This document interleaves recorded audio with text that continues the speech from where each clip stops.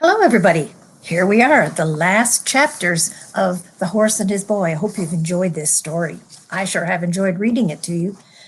And you know what? I think I'm going to take off my glasses again because I can see there's a reflection. I hope I don't look too scary without my glasses on.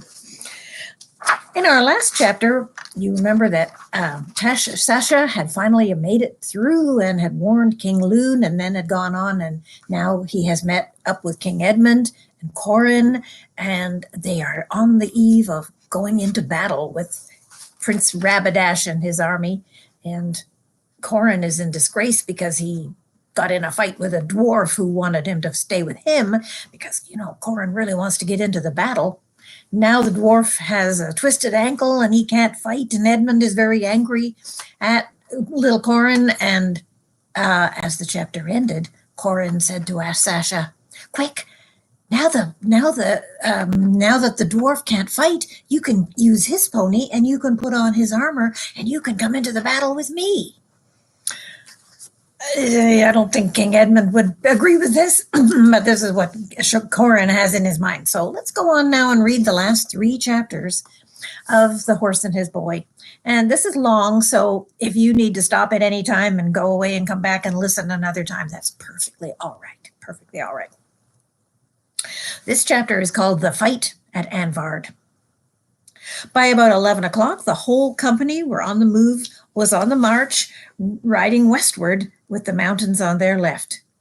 Corin and Shasta rode right at the rear, with the giants immediately in front of them. Lucy and Edmund and Paradan were busy with their plans for the battle, although Lucy once said, "But where is his silly little highness?" And Edmund replied, "Not in front, and that's good news enough. Let's leave well enough alone." So Shasta told Corin most of his adventures and explained that he had learned all this riding from a horse and didn't really know how to use the reins at all. But Corin instructed him in this, besides telling him all about their secret sailing from Tashbaan. "And where is Queen Susan?"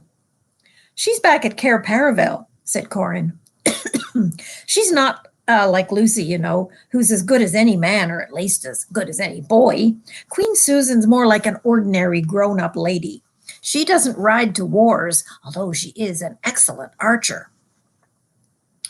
The hillside path which they were following became narrower all the time, and the drop to their right hand became steeper. At last they were going in single file right at the very edge of a precipice. Shasta shuddered to think that he had done the same thing last night without knowing it. "But of course," he said, "I was quite safe. That is why the lion kept on my left. He was between me and the edge of the cliff all the time." Then the path went left and south away from the cliff, and there were thick woods on both sides of it, and they went steeply up and up into the pass. There would have been a splendid view from the top if it had been open ground, but among all those trees you could see nothing, only every now and then a pinnacle of rock above the treetops and an eagle or two wheeling high in the thin air.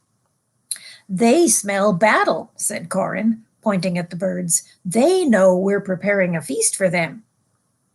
Shasta didn't like the sound of that at all.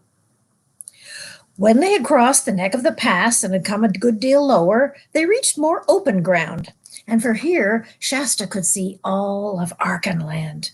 A blue and hazy country spread out below him, and even, he thought, maybe he could see a hint of the desert beyond.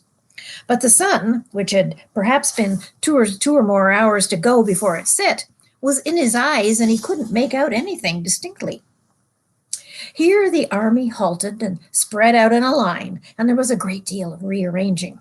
A whole detachment of very dangerous-looking talking beasts, whom Shasta had not noticed before, and who were mostly of the cat kind, leopards, panthers, and the like, were padding and growling and taking up their position on the left. The giants were ordered to the right, and before going, they all took something off that they had been carrying on their backs, and they sat down for a moment.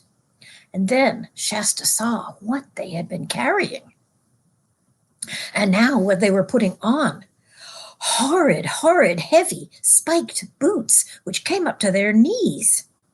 Then they sloped their huge clubs over their shoulders and marched to their battle position. The archers, with Queen Lucy, fell to the rear, and you could first see them bending their bows and then hear the twang twang as they tested the strings.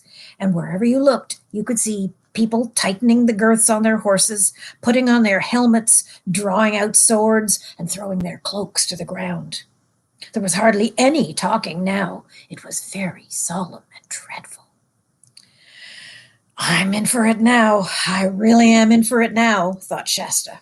Then there came noises far ahead, the sound of many men shouting, and a steady thud, thud. Battering ram, whispered Corin. They're battering the gate. Even Corin looked quite serious now. Why doesn't King Edmund get on? He said. I can't stand all this waiting about. I'm chilly, too. Shasta nodded and hoped that he didn't look as frightened as he felt. The trumpet at last! On the move now.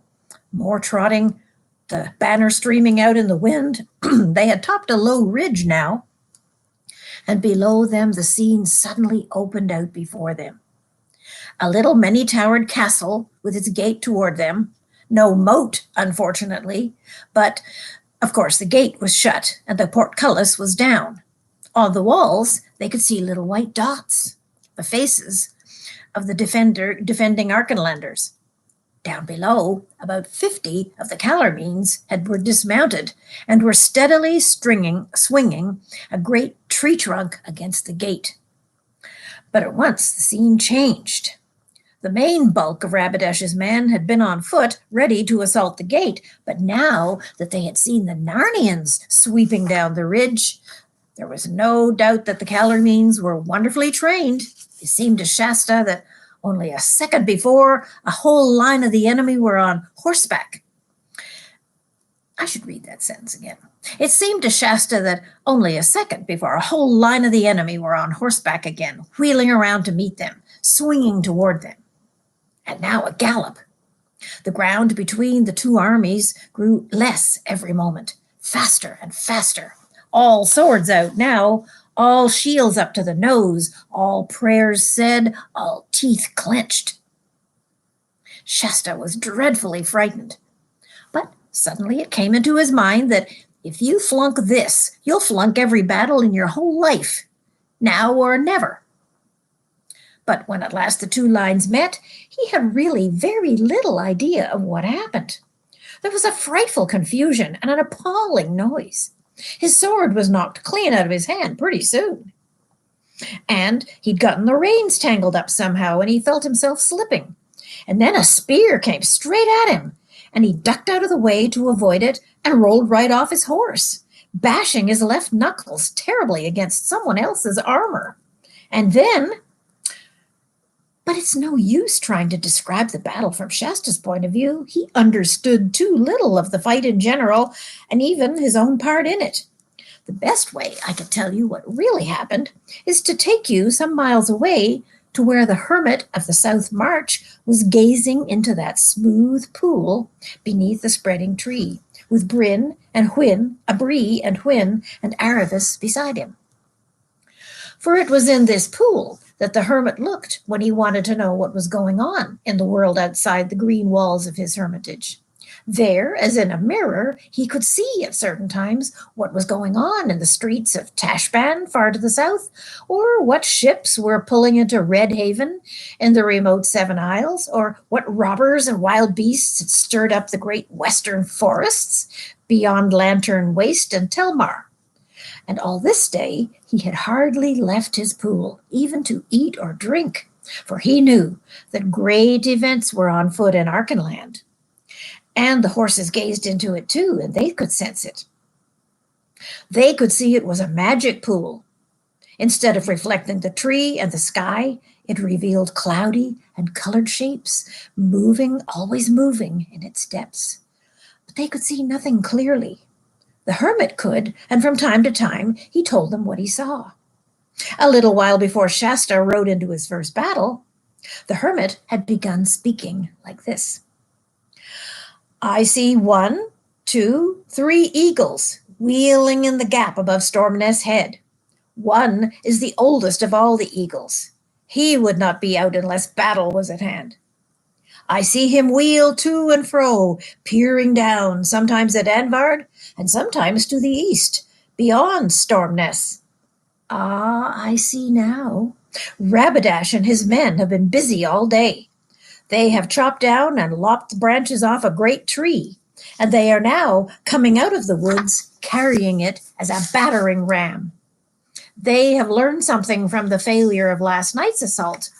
He would have been wiser if he had set his men to making ladders, but that takes too long, and he is too impatient. Fool that he is, he ought to have ridden back to Tashbaan as soon as the first attack failed. For then his whole plan depended on speed and surprise, but now they are bringing their ram into position. King Loon's men are firing down arrows from the walls. 5 Calormenes have fallen, but not many will. They have their shields above their heads. Rabadash is giving his orders now. With him are his most trusted lords, fierce Tarkans from the eastern provinces. I can see their faces. There is Corridon of Castle Torment, and Azru, and Clamash, and Iglamuth of the Twisted Lip, and a tall, dark Tarkan with a crimson beard. By the main, it's my old master Anradin, said Bree. Shh, said Aravis. Now the battering ram has started.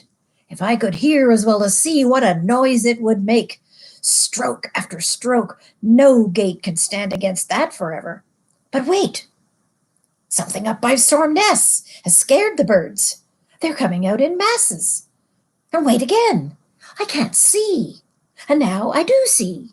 The whole ridge up to the east is black with horsemen. If only the wind would catch that standard and spread it out. They're over the ridge now, whoever they are. Ah, I've seen the banner now. Narnia! Narnia, it's the Red Lion. They're in full gallop down the hill now. I can see King Edmund. There's a woman behind the archers. What is it? Said Hwin breathlessly. All his cats are dashing out from the left of the line. Cats? Said Aravis.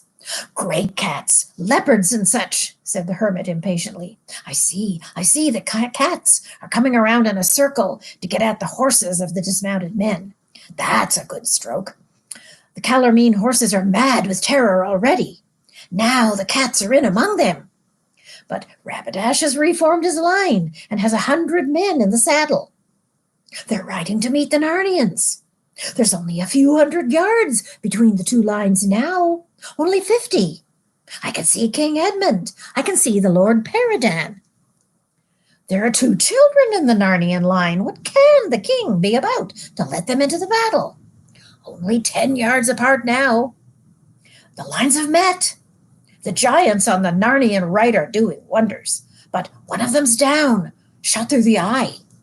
The center is all in a muddle. I can see more on the left. There are those 2 boys again. Lions alive! One of them is Prince Corin, and the other one is like him as 2 peas. It's your friend Shasta. Corin is fighting like a man. He's killed a Calormene. I can see better of the center now. Rabadash and Edmund have almost met them, but the press has separated them. But what about Shasta? Said Aravis. Oh, the fool, groaned the hermit. Poor brave little fool. He knows nothing about this work. He's making no use at all of his sword, of his shield. His whole side is exposed. He hasn't the faintest idea what to do with his sword. Oh, he's remembered it now. He's waving it about wildly, but he's nearly cut his own pony's head off. And he will in a minute if he's not careful. Now the sword's been knocked out of his hand. It's mere murder sending a child into the battle. He can't live 5 minutes. Duck, you fool! Oh no, he's down! Killed? Said the other 3 voices breathlessly. How can I tell? Said the hermit. The cats have done their work. All the riderless horses have escaped or are dead now. No retreat for the Calormenes on them. Now the cats are turning back into the main battle. Oh, good, good. The battering ram is down. The gates are opening from the inside. There's going to be a sortie. The first three are out is King Loon in the middle, and the brothers Dar and Darren on each side of him. And behind them are Tram and Shar and Cole and his brother Colin. There are 10, 20, nearly 30 of them now. The Calorman line is being forced back upon them. King Edmund is dealing marvelous strokes. He's just slashed Corridon's head off. Lots of Calormenes are down on the ground with their arms and are running for the woods. The ones that are remained are hard pressed. The giants are closing in on the right. The cats are closing in on the left. King Loon from the rear. The Calormenes are in a little knot now, fighting back to back. Your Tarkan is down, Bree. Loon and Azru are fighting hand to hand. The king looks like he's winning. The king is keeping it up well. The king has won, and Rue is down. King Edmund's down too. No, he's up again. He's at it with Rabadash. They're fighting at the very gate of the castle. Several Calormenes have surrendered. Darren has killed Inglamuth. I can't see what happened to Rabadash. I think he's dead leaning up against the castle wall, but I don't know. Chiamash and King Edmund are still fighting, but the battle is over everywhere else. Chiamash has surrendered. The battle is over. The Calormenes are utterly defeated. When Shasta fell off his horse, he gave himself up for lost. But horses, even in battle, don't tread on human beings very much at all, like you might suppose. After a very horrible 10 minutes or so, Shasta realized that there were no longer any horses stamping about in the immediate neighborhood, and that the noise, for there was still a lot of noise, was no longer that of a battle. He sat up and stared about him. Even he, little as he knew about battles, could see that the Archenlanders and the Narnians had won. Every living Calormene he could see was a prisoner. The castle gates were wide open, and King Loon and King Edward were shaking hands across the battering ram. From the circle of lords and warriors around them, there arose a sound of breathless and excited, but obviously cheerful conversation. And then suddenly, it all united and swelled into a great roar of laughter. Shasta picked himself up, feeling uncommonly stiff, and ran toward the sound to hear what the joke was, and a very curious sight met his eyes. Rabadash seemed to be hanging from the castle walls. His feet, which were about 2 feet from the ground, were kicking wildly. His chain-mail shirt was somehow hunched up so that it was horribly tight under his arms and came halfway over his face.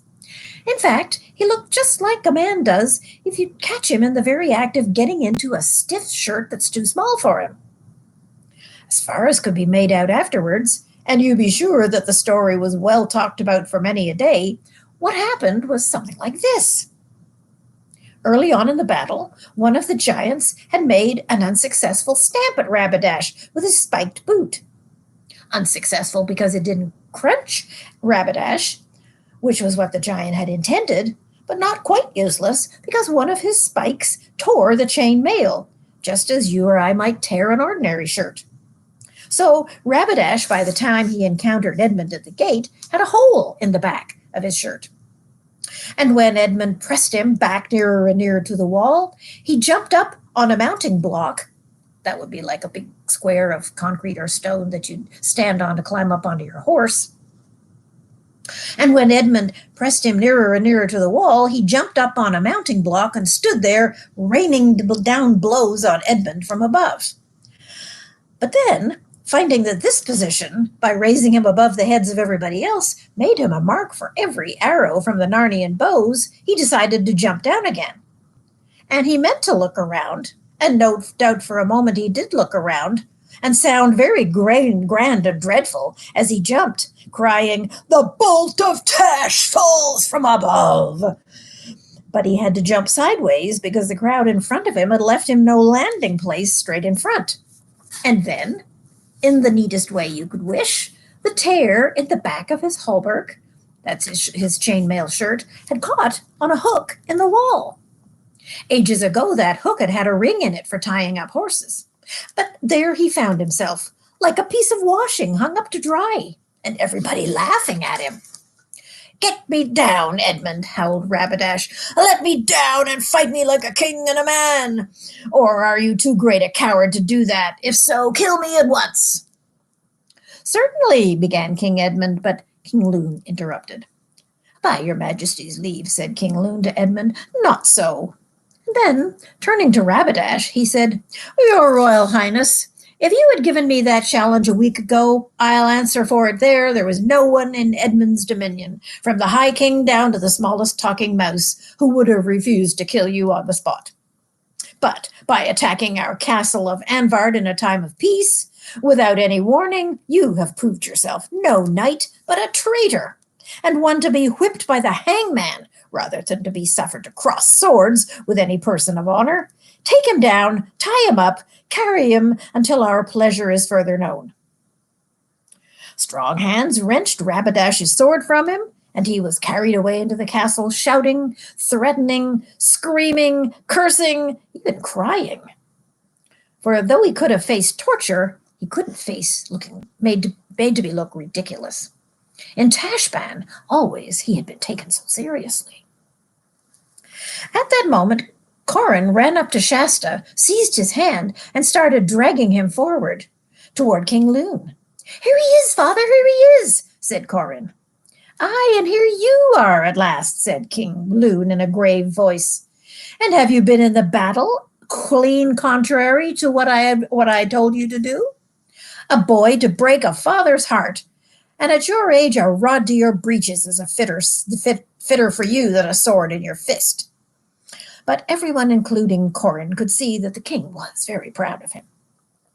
"Chide him no more, sire, if you please," said Lord Darren. "His Highness would not be your son if he did not inherit your braveness. It would grieve your Majesty more if he had to be reproved for the opposite pole to being a coward." "Well, well," grumbled the king, "we'll pass over it this time.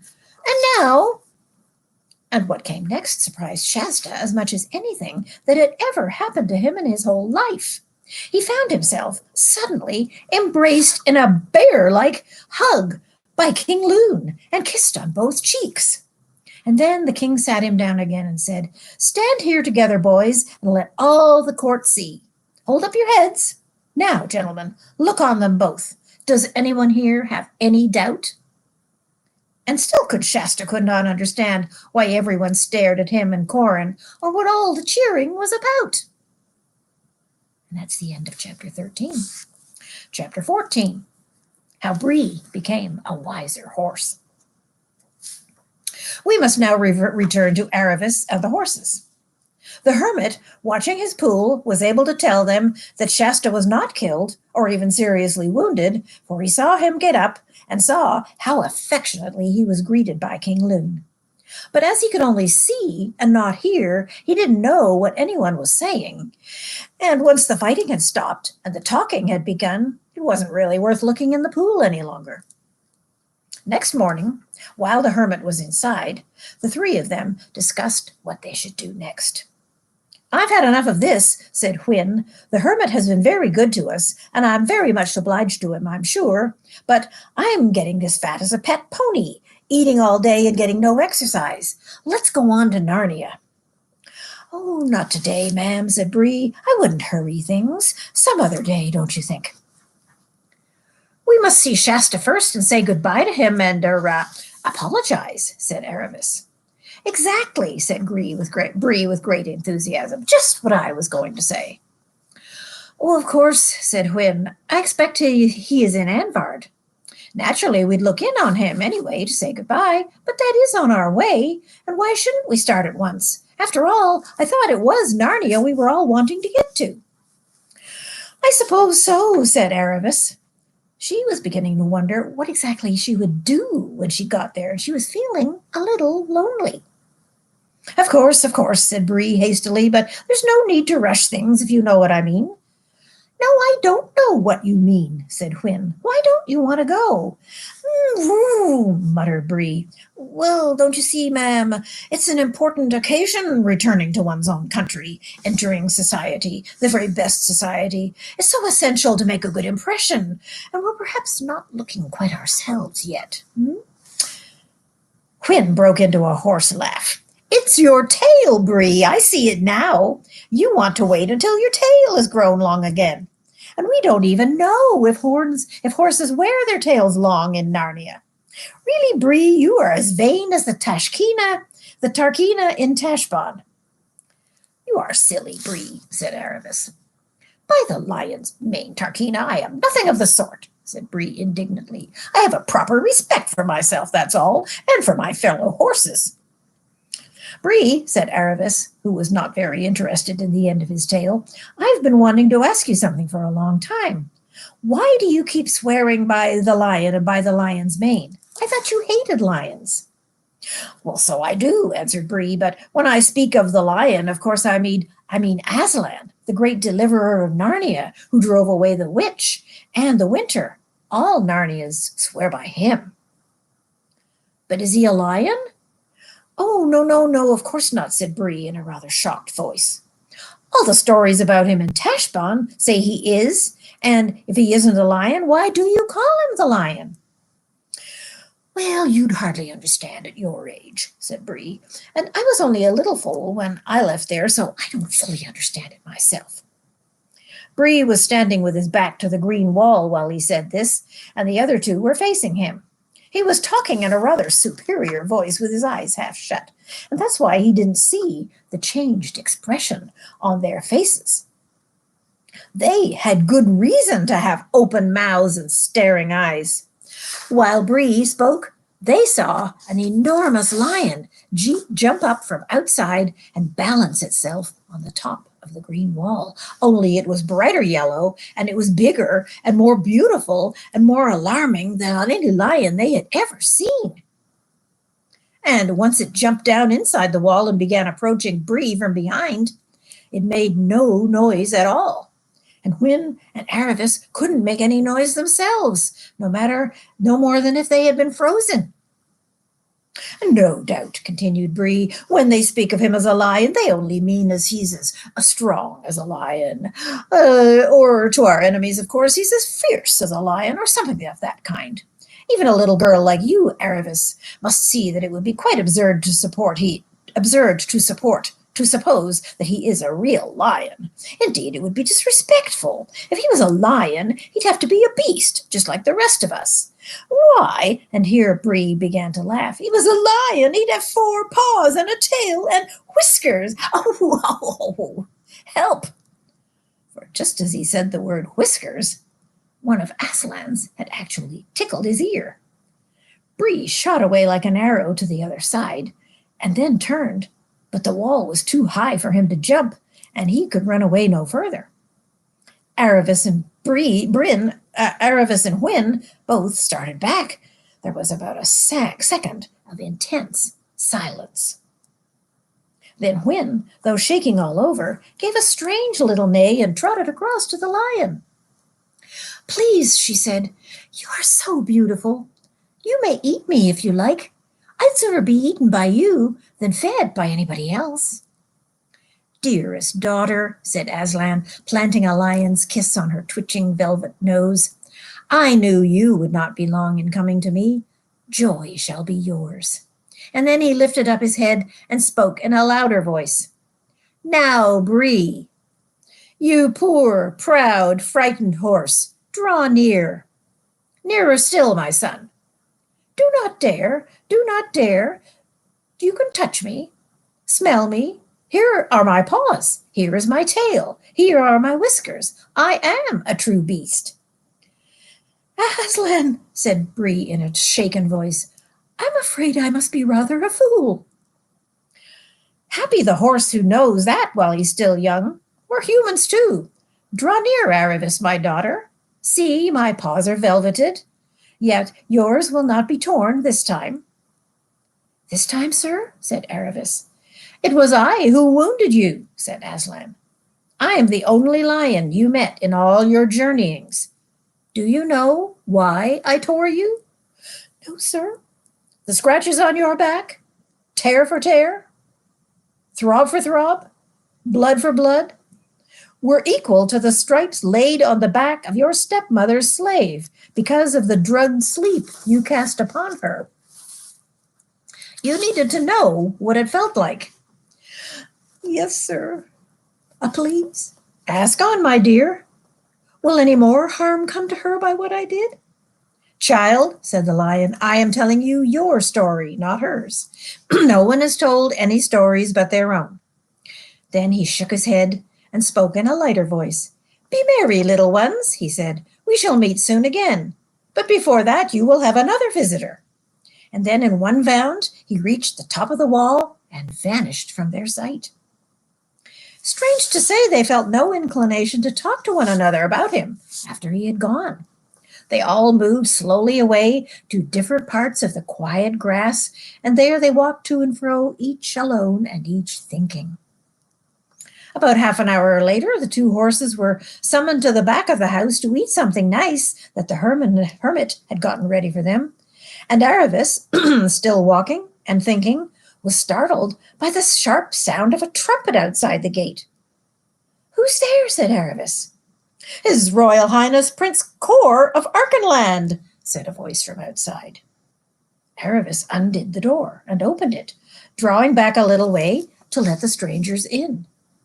Two soldiers with shields came in first and took their stand on either side of the entry. Then followed a herald and a trumpeter. His Royal Highness Prince Cor of Archenland desires an audience with Lady Aravis, said the herald.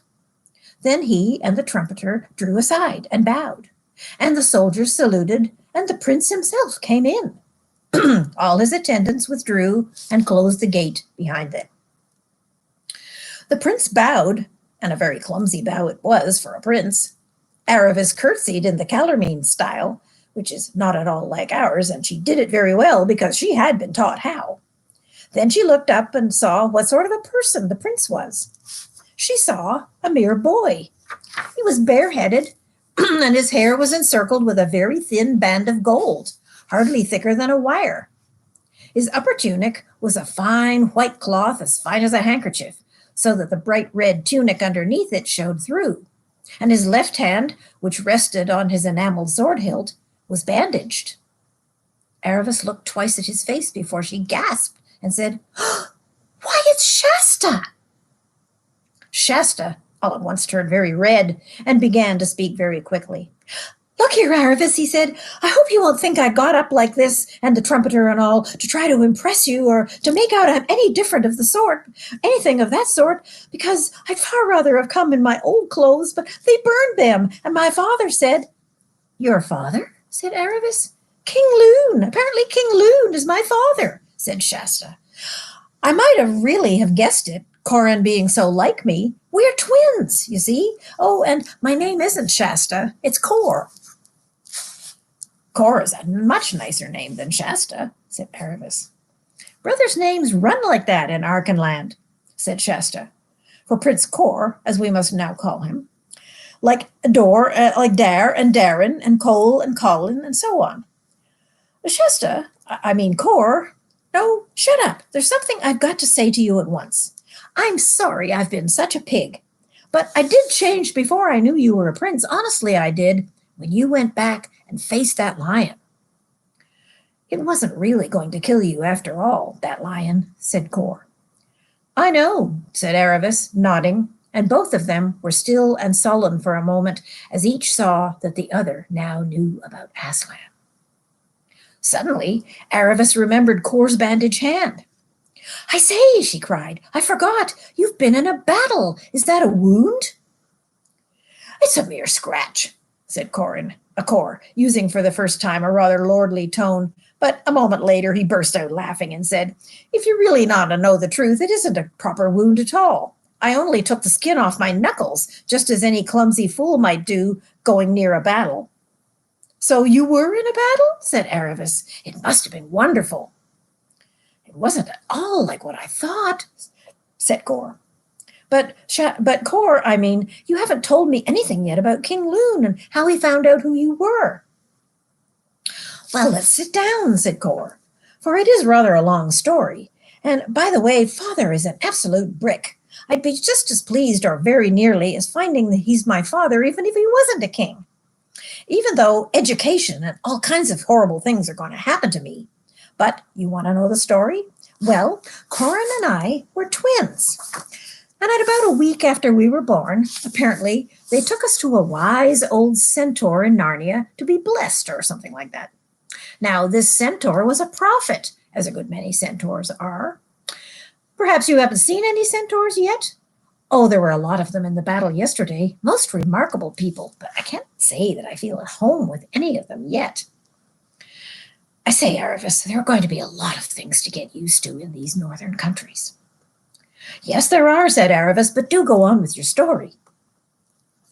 Well, as soon as he saw Corin and me, it seems that this centaur looked at me and said, a day will come when this boy will save Archenland from the deadliest danger in which ever she lay.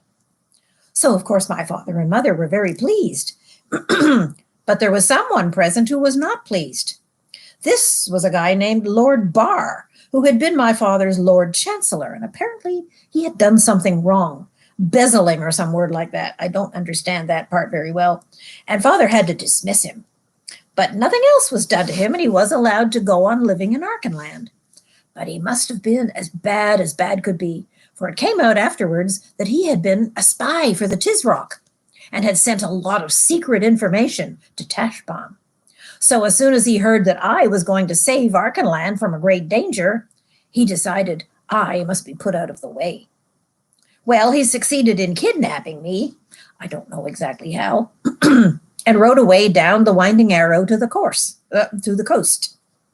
He had everything prepared, and there was a ship manned with his own followers lying ready for him, and he put out to sea with me on board. But father got wind of it, though not quite in time, and was after him as quickly as he could. Lord Barr was already out to sea when father reached the coast, but not out of sight. And father was embarked in one of his own warships within 20 minutes. It must have been a wonderful chase. They were 6 days following Barr's galleon and brought her to battle on the 7th day. It was a great sea fight. I heard a lot about it yesterday evening. From 10 o'clock in the morning until sunset. Our people took the ship in the end, but I wasn't there. Lord Barr himself had been killed in the battle, but one of his men said that early in the morning, as soon as he saw that it was certain that they were going to be overtaken, Barr has given me to one of his knights, and they had both gotten away in the ship's lifeboat. And that boat was never seen again. But of course, that was the same boat that Aslan, he seems to be at the back of all our stories, pushed ashore at night up to the place where Arashish was to pick me up. I wish I knew that knight's name, for he kept me alive and starved himself to do it. I suppose Aslan would say that's part of someone else's story, said Aravis. I was forgetting that, said Cor. And I wonder how the prophecy will work, said Aravis, and what great danger is that you're going to save Archenland from. Well, said Cor rather awkwardly, they seem to think that I've done it already. Aravis clapped her hands. Why, of course, she said. How stupid I am, and how wonderful. Archenland can never be in much greater danger than it was when Rabadash had crossed the Arrow with his 200 horsemen, and you hadn't yet gotten through with your message. Don't you feel proud? I think I feel a bit scared, said Cor. And you'll be living in Anvard now, said Aravis, rather wistfully. Oh, I nearly forgot what I came to tell you about, said Cor. Father wants you to come and stay with us. He says that there hasn't been a lady in the court. They call it the court, I don't know why. There hasn't been a lady in the court since Mother died. Do, Aravis, you'd like Father and Corin. They're not like me. They've been properly brought up. You needn't be afraid that... Oh, stop it, said Aravis, and we'll have a real fight. Of course I'll come. Now, let's go and see the horses, said Cor. There was a great and joyous meeting between Bree and Cor, and Bree, who was still in a rather subdued frame of mind, agreed to set out for Anvard at once. He and Wyn could cross into Narnia the following day. All four bade an affectionate farewell to the hermit and promised that they would soon visit him again. But about the middle of the morning they were on their way. The horses had expected that Haravis and Cor would ride. But Cor explained that except in war, where everyone must do his best, no one in Narnia or Archenland ever dreamed of riding a talking horse.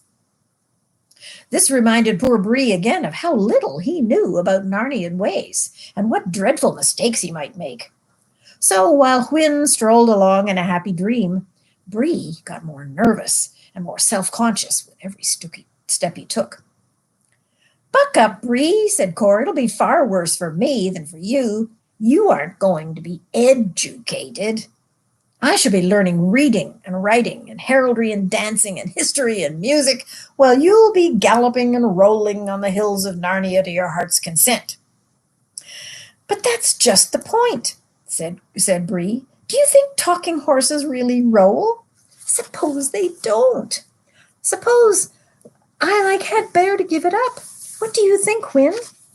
"Well, I'm going to roll anyway," said Wyn. "I don't suppose any of them will care 2 lumps of sugar whether you roll or not." "Are we near to the castle yet?" said Bree to Cor. "It's around the next bend," said the prince.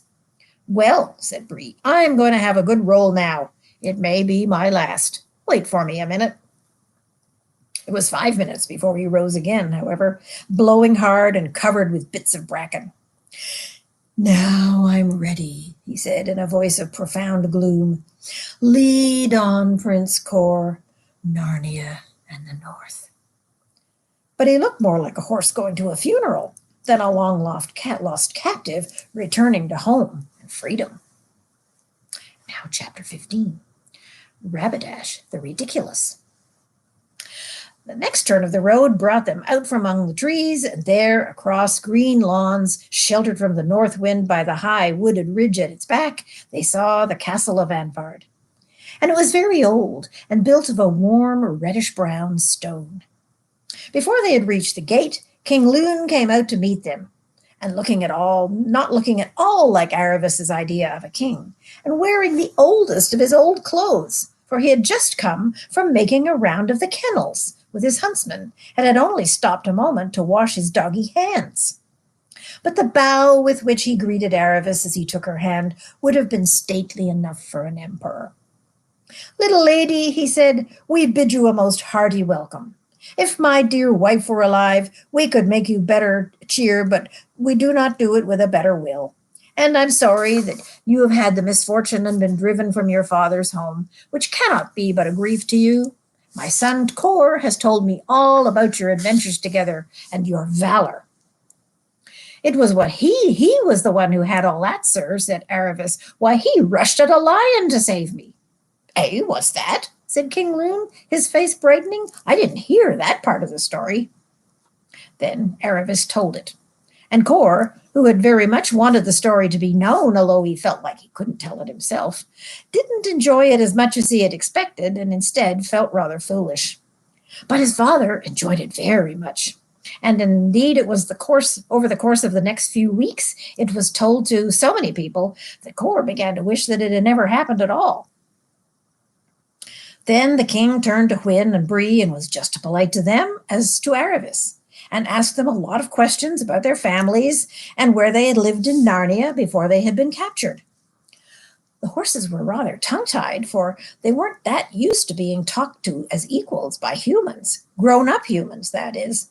They didn't mind Aravis and Cor. Presently Queen Lucy came out from the castle and joined them. And King Lune said to Aravis, "My dear, here is a loving friend of our house, and she has been seeing that your apartments are going to be right for you, far better than I could have done it." "Oh, do come at once and see them. Wouldn't you like to?" said Lucy, kissing Aravis.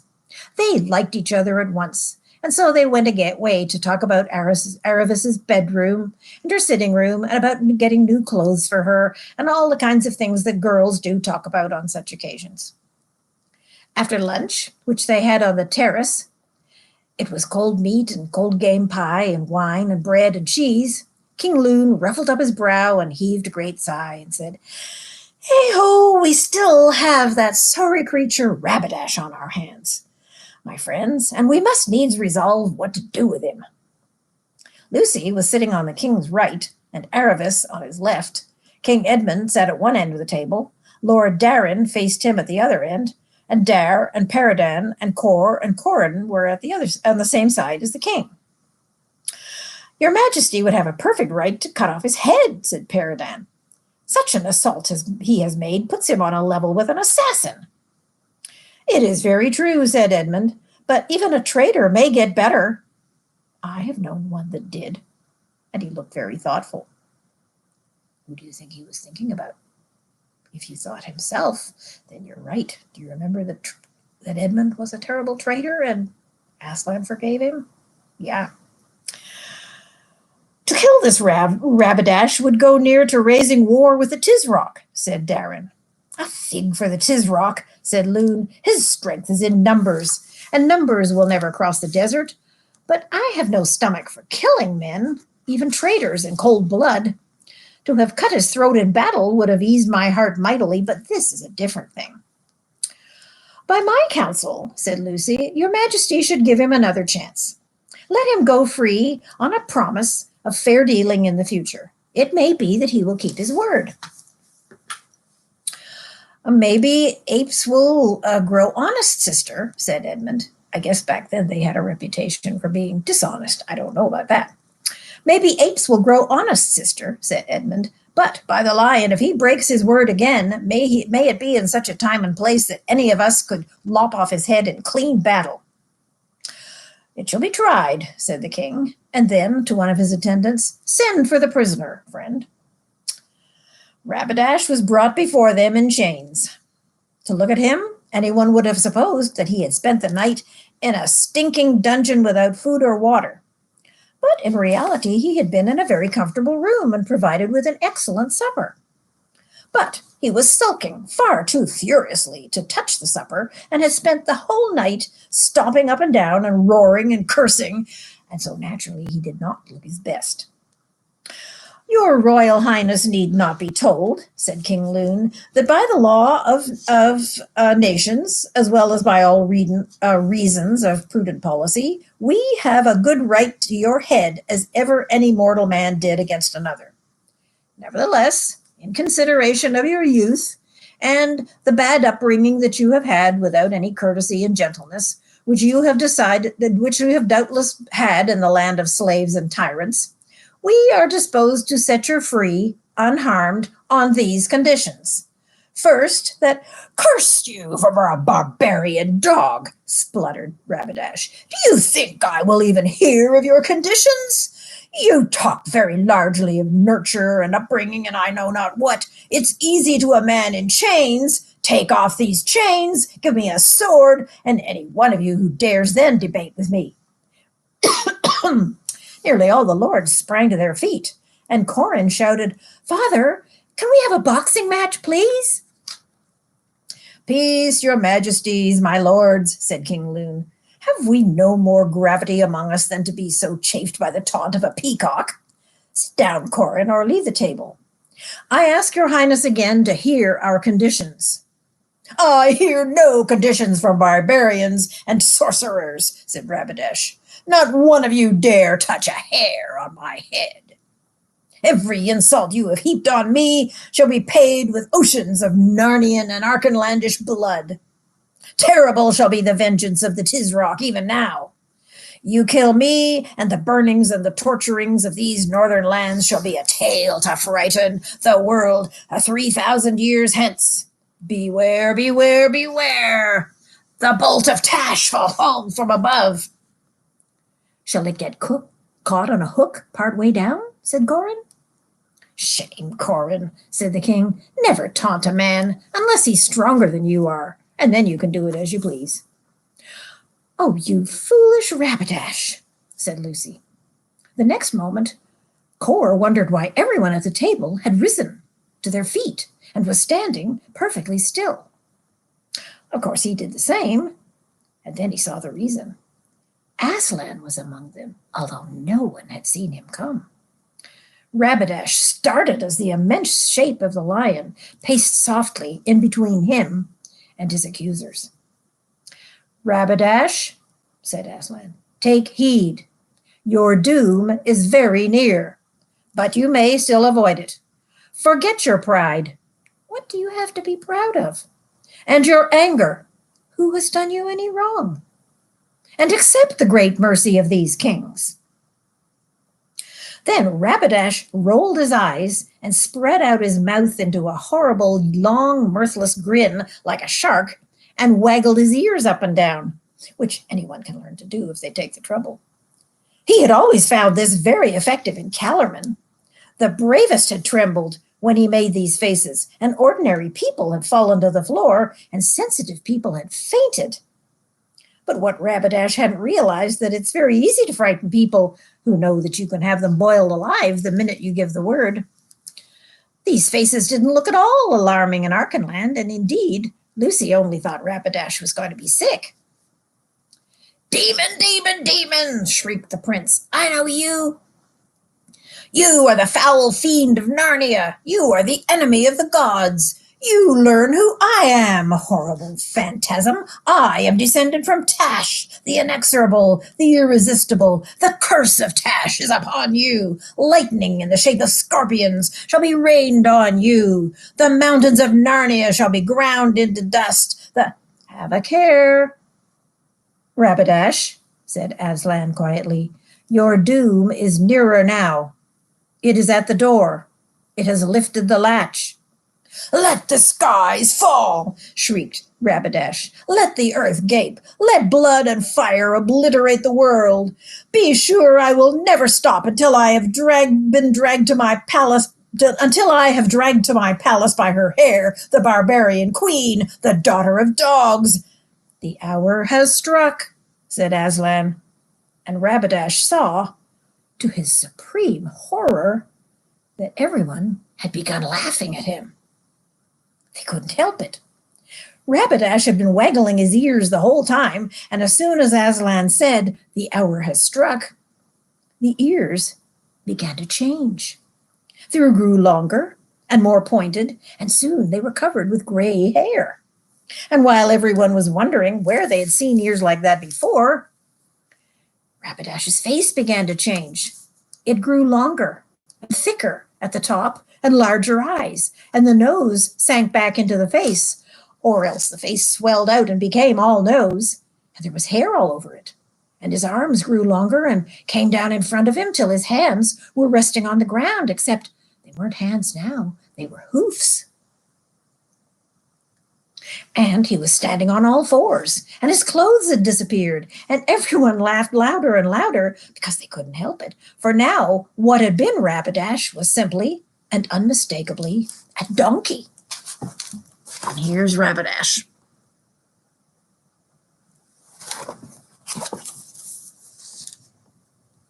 The terrible thing was that his human speech lasted for a minute longer than his human shape, so that when he realized the change was coming over him, he screamed, "No, not a donkey! If it were even a horse! And so the words died away into a donkey's bray. Now hear me, Rapidash, said Aslan. Justice shall be mixed with mercy. You will not always be a donkey. At this, of course, the donkey twitched his ears forward, and that was also so funny that everyone laughed all the more. They tried not to, but they tried in vain. You appealed to Tash, said Aslan, and to the temple of Tash you shall be healed. You must stand before the altar of Tash in Tashbaan at the great autumn feast this year, and there, in the sight of all Tashbaan, your shape as a donkey will fall from you, and all men will know that you are Prince Rapidash again.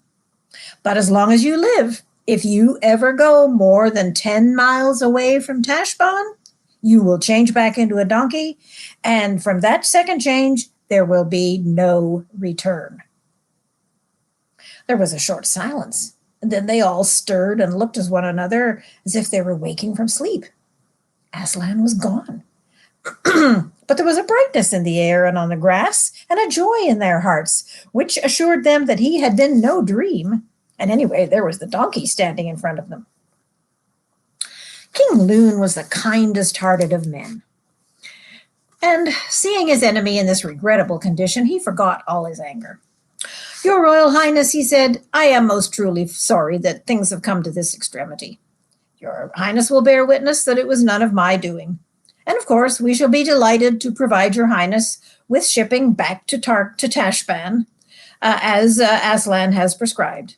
You shall have every comfort which your situation has allied, the best of the cattle boats, the freshest of carrots and thistles. But a deafening bray from the donkey and a well-aimed kick at one of the guards made it clear that these kindly offers were ungratefully received. And here, to get him out of the way, I'd better finish off the story of Rabadash. He or it was duly sent back by boat to Tashbaan and brought into the temple of Tash on the great day of the autumn festival. And there he became a man again. But of course, 4,000 or 5,000 people had seen the transformation, and it couldn't possibly be hushed up. After the old Tisroc's death, Rabadash became Tisroc in his place, and he turned out to be the most peaceable Tisroc Calaman had ever known. This was because, not daring to go more than 10 miles from Tashbaan, he could never wage war himself, and he didn't want his Tarkans to wage war in his expense, because that's the way Tisrocs get overthrown. But though his reasons were selfish, it made things much more comfortable for all the smaller countries around Calormen. His own people never forgot that he had been a donkey. During his reign, and to his face, he was called Rabadash the Peacemaker. But after his death, and behind his back, he was called Rabadash the Ridiculous. Meanwhile, at Anvard, everyone was very glad that he had been disposed of before the real fun began, which was a grand feast held that evening on the lawn before the castle, with dozens of lanterns to help in the moonlight. And the wine flowed, and tales were told, jokes were cracked, and then silence was made, and the king's poet, with 2 fiddlers, stepped out into the middle of the circle. Aravis and Kor prepared themselves to be bored, for the only poetry they knew was the Calormene kind, and you already know what that was like. But at the very first scrape of the fiddles, a rocket seemed to go off inside their heads, and the great poet sang of the golden days of fair Ulvin and how he fought giant Pyre and turned him into stone.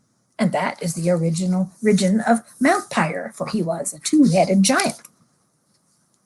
And how he had won Lady Lilin for his bride, and when it was over, they wished it was going to begin again. And though Bree couldn't sing, he told the story of the fight at Zalderic, and Lucy told again. They had all, except Aravis and Kor, heard this story many times, but they all wanted to hear it again. They heard the tale of the wardrobe, and how she and King Edmund and Queen Susan and King Peter, the High King, had first come into Narnia. And presently, as was certain to happen sooner or later, King Loon said it was time for the young people to go to bed. And tomorrow, Kor, he said, you shall come over the castle with me and see the estates and mark all its strengths and weaknesses, for it will be yours to guard when I am gone. But Corin will be king, father, said Kor. No, lad, said King Loon, you are my heir. The crown comes to you. But I don't want it. I'd far rather... It is no question of what you want, Kor, nor I either. It is the course of law. But if we're twins, we must be the same age. No, said the king with a laugh, one must be born first. And you are Corin's elder by 20 minutes.